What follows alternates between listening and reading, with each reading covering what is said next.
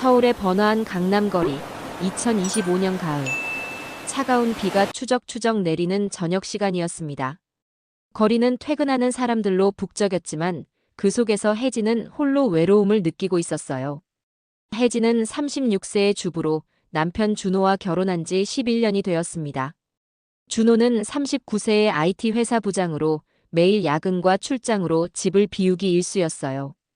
그들의 결혼 생활은 겉으로는 안정적이었지만 안으로는 메마른 사막처럼 건조했습니다.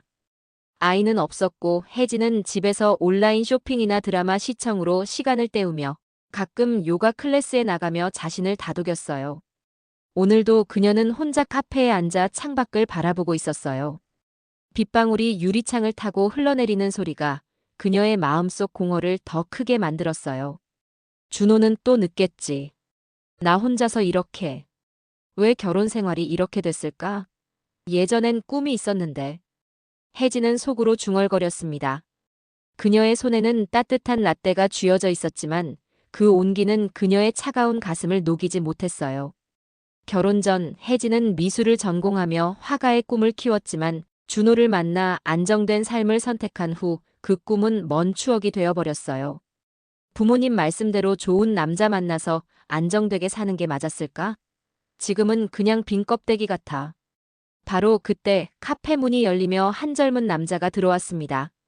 그는 태호, 준호의 친동생으로 29세의 프리랜서 그래픽 디자이너였어요. 태호는 형의 아파트 근처에 작은 스튜디오를 임대해 살았지만 바쁜 일상 탓에 가족 모임 외에는 자주 만나지 않았죠. 비에 흠뻑 젖은 그의 어두운 머리카락이 반짝였고 캐주얼한 청바지와 가죽 재킷 차림이 그의 자유로운 성격을 드러냈어요. 태호는 카페 안을 둘러보다 혜진을 발견하고 미소를 지었어요. 형수님, 여기서 뵐 줄이야. 우연이네요. 비가 너무 세차서 피하다 들어왔어요.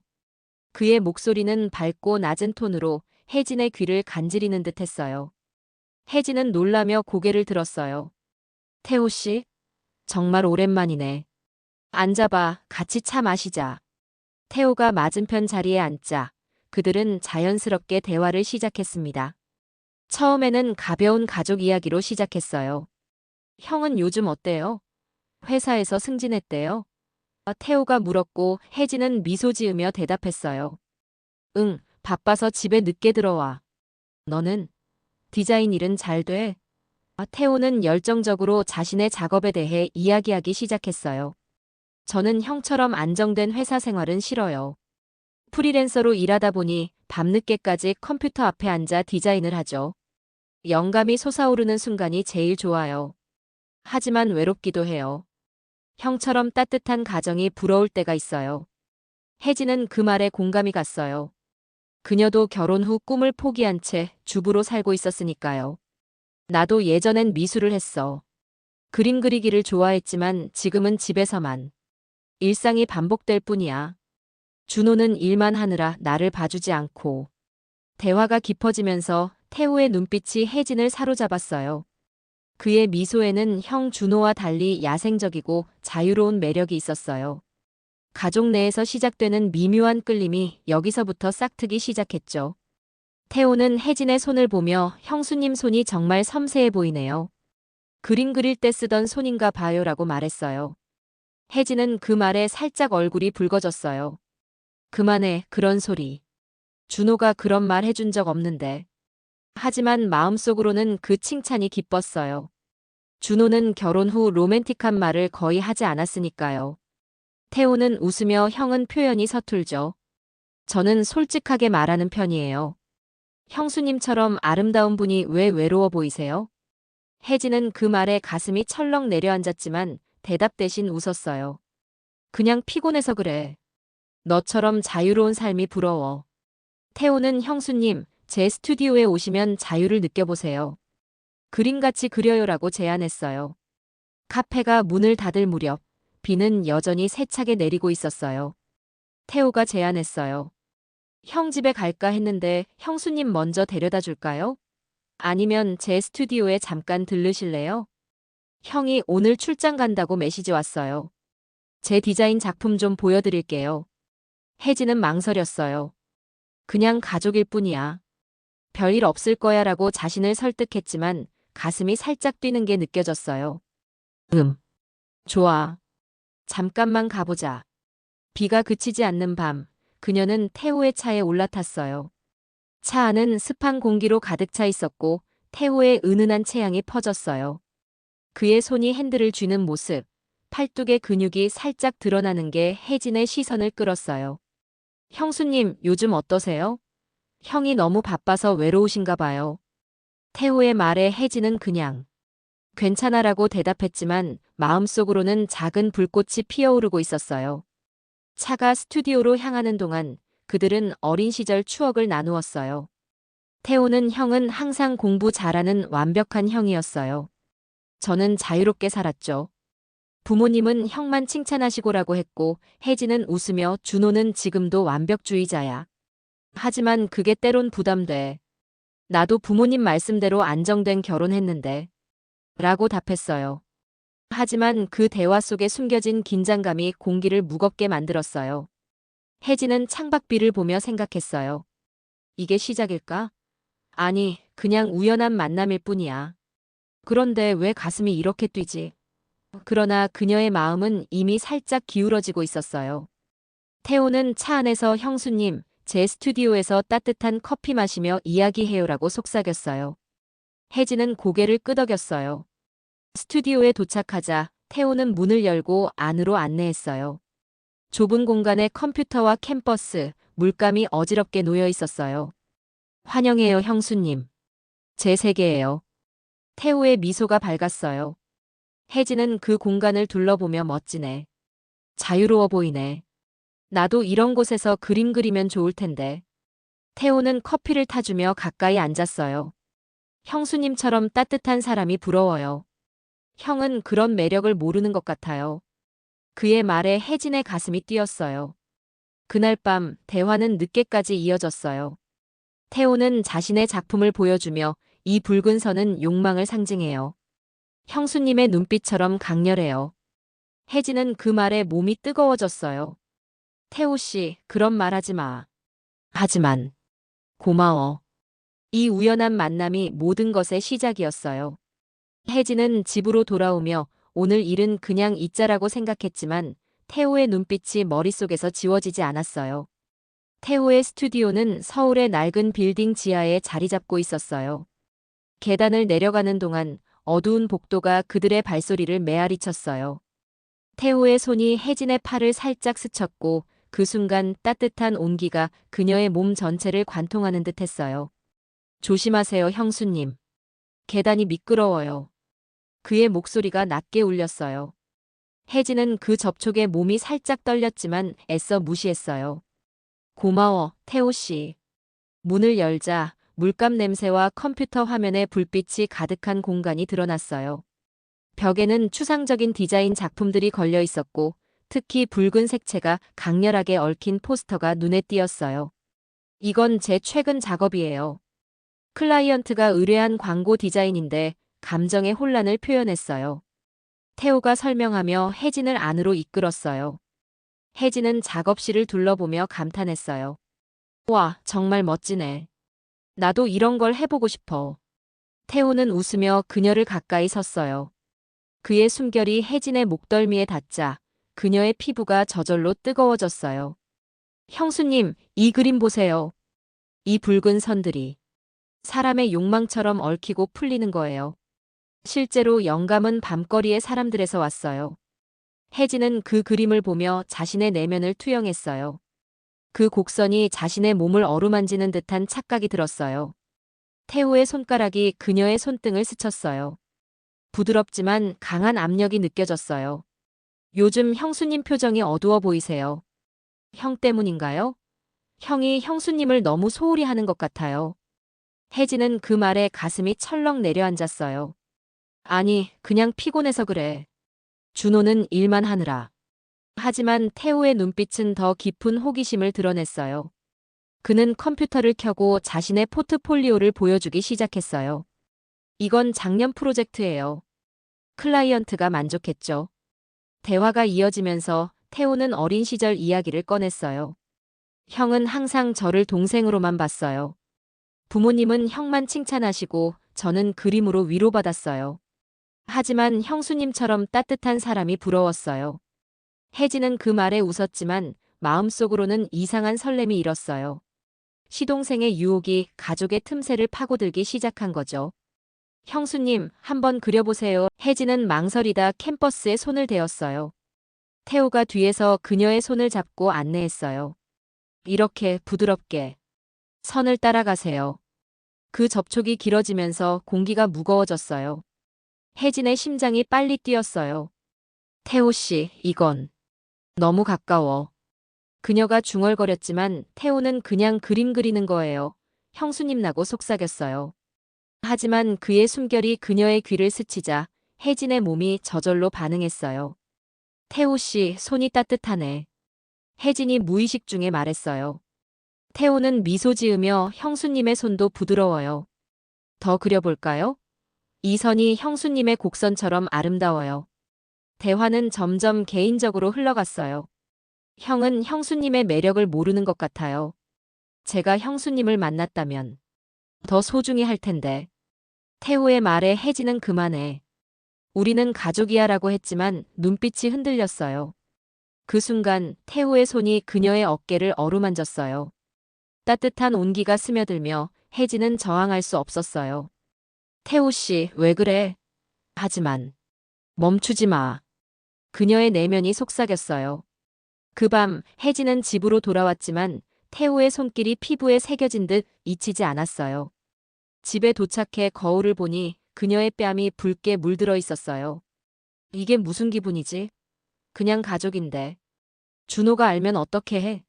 혜진은 혼자서 고민했어요. 하지만 그날부터 태호의 메시지가 시작됐어요. 형수님, 오늘 즐거웠어요. 제 스튜디오 언제든 오세요. 더 이야기 나누고 싶어요. 혜진은 답장을 보냈어요. 고마워, 태호 씨. 다음에. 다음 날 아침, 혜진은 준호와 아침을 먹었어요.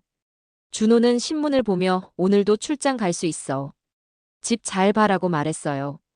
혜진은 또 언제쯤 같이 시간 보낼 수 있을까?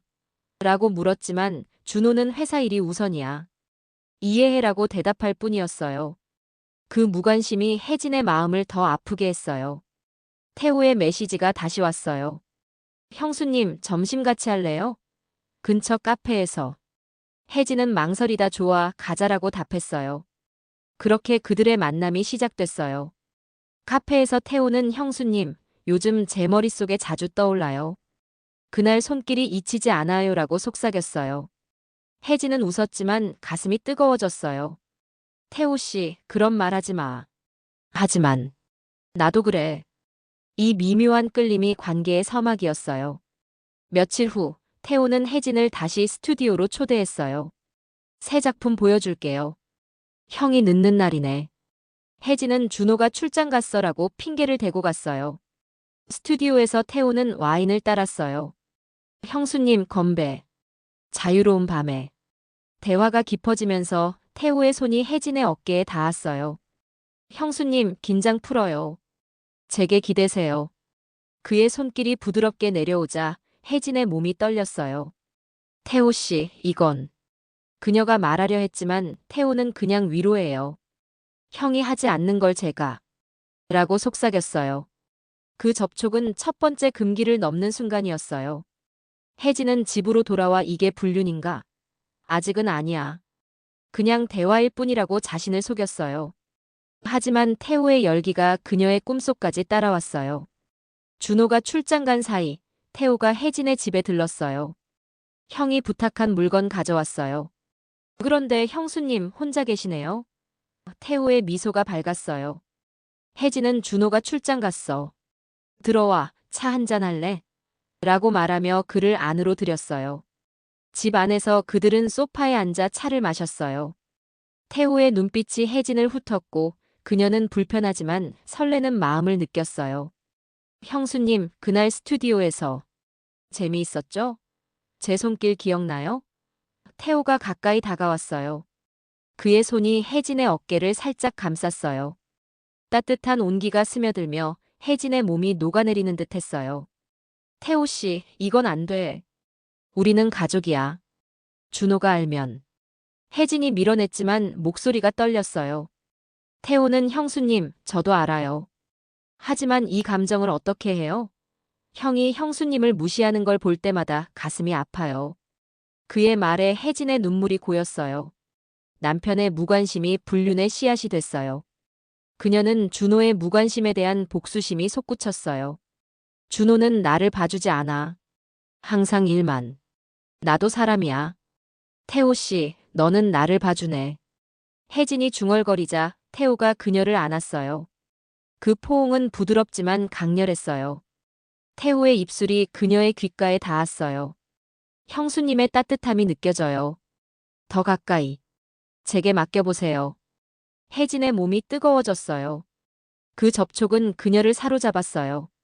태호 씨 사랑해. 아니, 안 돼. 혜진의 내면이 혼란스러웠어요. 이게 시작인가? 가족을 배신하는 기분이. 하지만 이 열기가 너무 강해. 그날 이후 그들의 만남은 잦아졌어요. 태호의 스튜디오에서 밤을 보내는 날도 생겼어요. 이선은 형수님의 곡선 같아요. 더 부드럽게. 제 손으로 느끼고 싶어요. 태호가 그림을 그리며 속삭일 때 혜진은 모든 걸 잊었어요. 대화는 깊어졌고 태호는 어린 시절 형에 대한 질투를 털어놓았어요. 형은 항상 부모님의 사랑을 독차지했어요. 저는 그림으로 그 감정을 표현하죠. 하지만 형수님을 만나서 제 삶이 바뀌었어요. 형이 소홀히 하는 걸 제가 채워줄게요. 혜진은 나도 결혼 후 꿈을 포기했어. 너처럼 자유로워지고 싶어. 준호와는 더 이상 열정이 없어. 너의 손길이 나를 깨워. 라고 대답했어요. 그들의 대화는 점점 개인적으로 흘러갔어요. 형수님, 제게 특별해요. 형처럼 안정된 삶이 아니라 열정적인 삶을 함께해요. 태호의 말에 혜진은 흔들렸어요. 한 번은 공원에서 만났어요. 비가 그친 후에 습한 공기 속에서 그들은 벤치에 앉아 이야기를 나눴어요. 태호의 손이 혜진의 손을 잡았어요. 형수님, 이 손이 너무 부드러워요. 제게 영감을 주세요. 혜진은 태호 씨 누가 볼까봐. 하지만 놓지 마. 라고 말했어요. 그 접촉이 그녀의 마음을 녹였어요. 한국 사회의 가족 압박 속에서 이 관계는 해방감처럼 느껴졌어요. 하지만 점점 위험해졌어요. 태호의 메시지가 늘었고 혜진은 밤마다 불안에 떨었어요. 준호가 알면 어떻게 해? 하지만 이 느낌을 포기할 수 없어. 태호의 손길이 너무 중독적이에요. 부모님께 들키면 집안이 무너질 텐데. 혜진의 내면 독백이 이어졌어요. 태호는 더 대담해졌어요. 형수님, 주말에 여행 가요. 형이 출장 가는 날 근교 펜션으로. 혜진은 미쳤어. 가족이 그런데. 만약 발각되면. 라고 했지만 결국 동의했어요. 펜션에서 그들은 자유롭게 시간을 보냈어요. 여기서는 우리 둘뿐이야. 형수님의 몸이 너무 아름다워요. 제 손으로 탐험하고 싶어요. 태호가 속삭이며 혜진을 안았어요. 그녀의 몸이 그의 열기에 녹아들었어요. 그 밤 관계는 더 깊어졌어요. 아침에 깨어나 태호를 보며 혜진은 이게 사랑일까? 아니면 그냥 욕망? 준호를 배신하는 기분이. 하지만 멈출 수 없어. 실제 사건처럼 아이가 생기면 어떻게 해? 라고 생각했어요. 갈등이 시작됐어요. 준호가 출장에서 돌아와 요즘 내가 밝아 보이네. 무슨 일 있었어? 라고 물었어요. 혜진은 그냥 요가 덕분이야 라고 거짓말했어요. 하지만 태호와의 만남은 계속됐어요. 한 번은 집에서 몰래 만났어요. 형이 올 때까지. 빨리. 태호의 손길이 혜진의 등을 쓸어내렸어요. 그 순간 문소리가 나자 혜진은 공포에 질렸어요. 다행히 바람 소리였지만 그녀의 불안은 커졌어요. 이 관계가 파국으로 가는 건 아닐까? 태호, 너 때문에 내 삶이 바뀌었어. 준호가 출장에서 돌아온 후 집안 분위기가 변했어요. 혜진은 태호를 피하려 했지만 그의 메시지가 계속 왔어요. 형수님, 어제 그 느낌이 잊히지 않아요. 언제 또 봐요? 제 스튜디오에서 기다릴게요. 혜진의 마음은 갈등으로 가득 찼어요. 가족 모임에서 그들은 몰래 시선을 주고받았어요. 준호가 태호야, 요즘 형수랑 자주 연락하나 봐. 메시지 자주 오네라고 말하자 태호는 그냥 일상 이야기예요, 형. 디자인 조언 받았어요라고 웃으며 넘겼어요. 하지만 혜진의 손이 떨렸어요. 준호가 의심하는 것 같아. 끝내야 해. 하지만 태호의 속삭임이. 그녀는 속으로 불안해했어요. 한 번은 준호가 집에 있는 줄 모르고 태호가 왔어요. 부엌에서 그들은 몰래 포옹했어요. 태호의 손이 혜진의 등을 쓸어내렸어요. 형수님 사랑해요. 형 없이도 행복할 수 있어요. 그 속삭임에 혜진은 숨을 죽였어요. 태호 씨 위험해. 하지만 나도 사랑해. 하지만 준호의 발소리가 들리자 황급히 떨어졌어요. 태호는 형 왔어? 서류 가져왔어라고 자연스럽게 인사했지만 혜진은 죄책감에 시달렸어요. 분류는 점점 대담해졌어요. 태호는 형과 헤어지세요. 우리 둘이 새로 시작해요. 제가 책임질게요라고 제안했어요. 혜진은 충격받았지만 그 말에 흔들렸어요. 준호와 11년을 어떻게. 하지만 너와의 이 열기가. 태호의 스튜디오에서 그들은 밤새 대화를 나눴어요. 형수님의 피부가 너무 부드러워요. 더 탐험하고 싶어요. 태호의 손길이 그녀의 몸을 어루만질 때 혜진은 현실을 잊었어요. 하지만 다음 날 준호가 혜진의 폰을 보고 의심을 품었어요. 태호랑 왜 이렇게 메시지가 많아? 무슨 일 있어? 스튜디오에서 만나자라니 터졌어요. 준호는 요즘 내가 이상해. 자는 혜진에게 형을 버려요. 제가 더 사랑할게요. 하지만 그들의 만남은 멈추지 않았어요. 한 번은 호텔에서 만났어요. 여기서만큼은 자유로워요. 형수님, 제 것 되세요. 태호가 속삭이며 혜진을 안았어요. 그녀의 몸이 그의 열기에 녹아들었어요. 하지만 집에 돌아와 준호를 보니 죄책감이 밀려왔어요. 나는 어떤 사람이 된 거지? 불륜이라니. 태호, 너 때문에 내 인생이 파탄날 것 같아. 준호의 의심은 점점 커졌어요. 그는 태호에게 전화해 요즘 혜진과 자주 보는 것 같아. 무슨 일 있냐? 솔직히 말해라고 물었어요. 태호는 아무것도 아니에요, 형. 그냥 가족이잖아요 라고 했지만 눈빛이 흔들렸어요. 가족 내 배신의 그늘이 짙어졌어요. 혜진은 미쳤어. 하지만 기뻐. 그녀의 욕망이 이성을 압도했어요. 공원에서 태호는 형이 의심해도 상관없어. 같이 도망가요라고 했어요. 혜진은 불가능해. 하지만 너 없인 못 살아. 그들의 포옹은 깊었어요. 하지만 준호가 우연히 그 장면을 목격할 뻔했어요. 저 사람들. 혜진? 다행히 지나쳤지만 의심의 씨앗이 싹 텄어요. 혜진은 이제 끝내야 해. 하지만 태호의 속삭임이 너무 강해. 라고 고민했어요. 드디어 그날이 왔어요. 준호가 의심을 품고 태호의 스튜디오를 급습했어요. 문을 열자 혜진과 태호가 얽힌 채로 있었어요. 이게 무슨 짓이야? 준호의 목소리가 떨렸어요. 태호는 형, 미안해. 하지만 진심이야. 형수님을 사랑해. 형이 소홀히 해서. 아이도 있어. 라고 변명했어요. 하지만 준호는 분노를 폭발시켰어요. 사랑? 이 배신자 새끼들. 가족을 파탄낸 게 사랑이냐? 형수와 시동생이 어떻게 이런. 아이. 내 아이가 아니야? 그는 주먹을 휘둘렀고 태호의 입에서 피가 흘렀어요. 혜진은 울며 준호야 미안해. 나도 모르게. 용서해줘. 태호가 유혹해서. 아이는 태호 거야. 라고 했지만 준호는 배신당한 기분. 알지? 11년 결혼이 이렇게 끝나. 너희 둘 때문에 내 인생이. 라고 소리쳤어요. 준호는 혜진을 집에서 쫓아냈어요. 나가. 더 이상 내 얼굴 보고 싶지 않아. 태호 너도. 가족 끝이야. 혜진은 짐을 챙겨 친구 집으로 갔어요. 태호는 형, 이해해줘. 사랑이야. 형수님과 새 삶 살게라고 했지만 준호는 사랑. 내가 뭔데?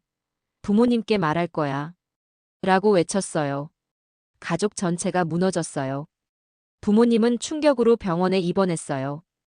어머니는 어떻게 우리 집안에서 이런 일이. 태호야, 너 때문에 다 망했어. 혜진아, 내가 왜. 아이까지. 라고 울었어요. 아버지는 준호야, 이혼해라. 그런 여자랑 살지 마. 태호는 집안에서 쫓아내라라고 조언했어요.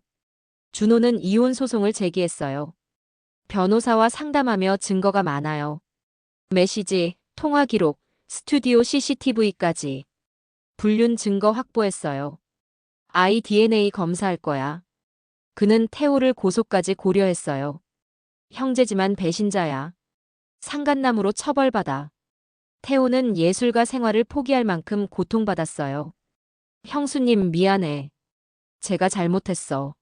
하지만 사랑해라고 혜진에게 메시지 보냈지만 그녀는 이제 끝이야. 우리 때문에 모두가 아파라고 답했어요. 하지만 태호의 집착은 멈추지 않았어요. 그는 혜진을 찾아 포기 못해요. 같이 도망가요. 형 없이도 살 수 있어. 아이를 위해라고 했어요. 혜진은 우리 때문에 부모님 병원에. 가족이 무너졌어. 아이 혼자 키울게라고 거부했어요. 파국은 이어졌어요. 준호는 재혼을 고려했지만 상처가 깊었어요. 혜진, 너 때문에 내 인생이. 믿었던 동생마저. DNA 검사 결과 태호 아이라니. 그는 술에 취해 울었어요. 태호는 해외로 떠났어요. 한국에서 못 살겠어. 형수님 기다릴게. 혜진은 홀로 아파트에서 살았어요. 그 속삭임에 홀려서. 왜 그랬을까? 실제 뉴스처럼 파탄났어. 그녀는 매일 후회했어요. 친구들은 불륜은 끝이 파국이야. 실제 사연처럼 가족 해체라고 위로했어요. 가족 모임은 더 이상 열리지 않았어요. 부모님은 태호를 용서할 수 없어. 혜진도. 라고 했어요. 하지만 여운은 남았어요. 혜진은 밤마다 태호의 그림을 떠올렸어요. 그 선들이 내 몸을. 욕망이 사라지지 않아. 그녀의 욕망은 사라지지 않았어요. 준호는 새 여자를 만났지만 과거가 발목을 잡았어요. 배신당한 기억이 지워지지 않아. 태호는 미국에서 디자인 일을 하며 형수님 잊지 못할 거예요. 돌아올게라고 편지를 보냈어요. 이 파국이 스토리의 클라이맥스예요. 혜진은 임신 사실을 숨겼지만 소송 과정에서 드러났어요. 태호의 아이. 준호에게 말할 수 없어. 그녀의 고독이 깊어졌어요. 준호는 아이 DNA 검사할 거야 라고 했고 결과에 충격받았어요. 태호는 내 아이야. 형수님 같이 키워요 라고 집착했어요. 부모님은 집안 망쳤어 라고 절규했어요. 이 모든 갈등이 파국의 깊이를 더해요. 혜진은 장례식처럼 소란을 피우지 않으려 애썼지만 이혼 재판에서 모든 게 드러났어요. 왜 이렇게 됐을까? 그 첫 접촉부터 잘못이었어. 스토리는 여기서 끝나지만 여운은 길게 남아요. 혜진은 1년 후 새로운 직장을 구했어요. 과거를 잊고 살아야 해.